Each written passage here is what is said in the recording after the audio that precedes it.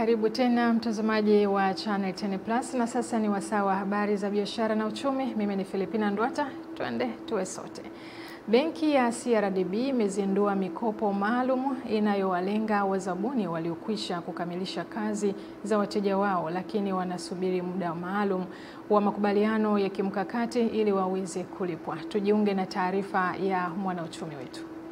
Akizungumza na vyombo vya habari jijini Dar es Salaam, kafafanua kiini cha umuhimu wa mikopo hiyo mipya.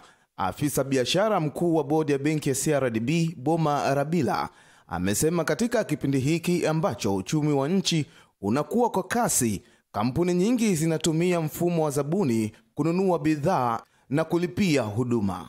Sisi kama CRDB katika kujenga taifa lenye ustawi na kuimarisha maendeleo ya kijamii na kiuchumi, tunaona ni sawa kabisa kuhakikisha kwamba tunaboresha maisha ya watu kwa kuchochea ukuaji wetu wa kiuchumi. Aidha, afisa huyo wa CRDB anafafanua aina ya wazabuni watakaonufaika na mikopo hiyo.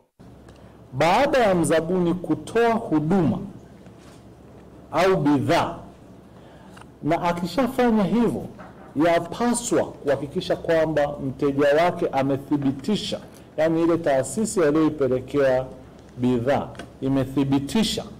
Kwa kuthibitisha, maana yake inakubaliana na quality ya product au service iliyotolewa.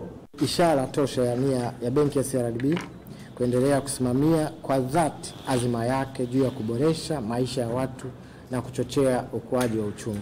Bwana Labara amesema wazabuni wakitumia kikamilifu mikopo hiyo maalumu kwa ajili yao itawasaidia kuchangamkia fursa mbalimbali za kazi wanazokutana nazo, ambapo hapo awali walishindwa kuzikamata kutokana na kutokuwa na fedha kulikotokana kucheleweshwa malipo ya kazi walizofanya. Shabani Mpute, Channel 10.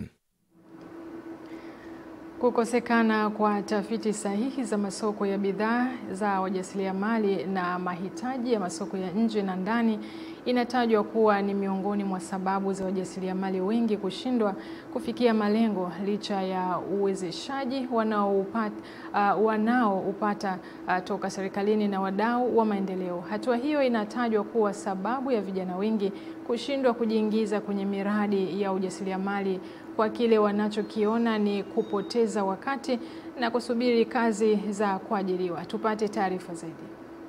Ni kauli za baadhi ya washiriki wa mjadala jumuishi na shirikishi kwa wanawake na vijana katika biashara zitokanazo na mazao ya bahari kupitia mradi uwezeshaji kiuchumi wanawake na vijana na kufikia mnyororo wa thamani pamoja na kuyafikia masoko jumuishi. Fanya ukatengeneza kitu kizuri, sawa, kikawa kizuri. Lakini sasa unakiuza wapi? Soko liko wapi? Linataka nini? Vijana wanaotoka sasa hawana mitaji. Wengine wanaweza kuwa na elimu, wengine hawana elimu, lakini wanapenda kujiajiri.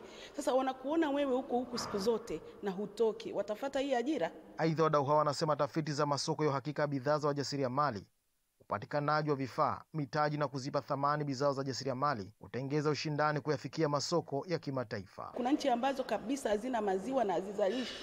Sisi tunazifikiaje? Ukiangalia baadhi yetu elimu ni ndogo, lakini elimu zinaweza kuwa kubwa, pia hawana wazo kama hilo. Sawa Sasa wao kwa tafiti zao na waomba sana.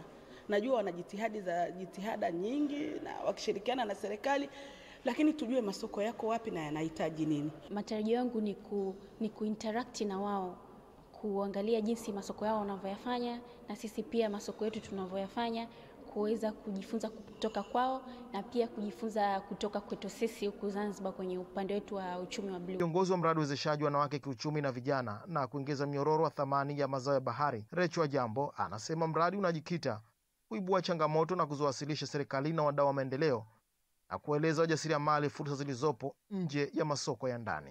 Watu hawajui kuna what we call simplified trade regimes zinazo na zipo muda mrefu sana, ili watu wetu hawajui kama unaweza kama kupitisha kama tani 2 au chini yake for free at the border.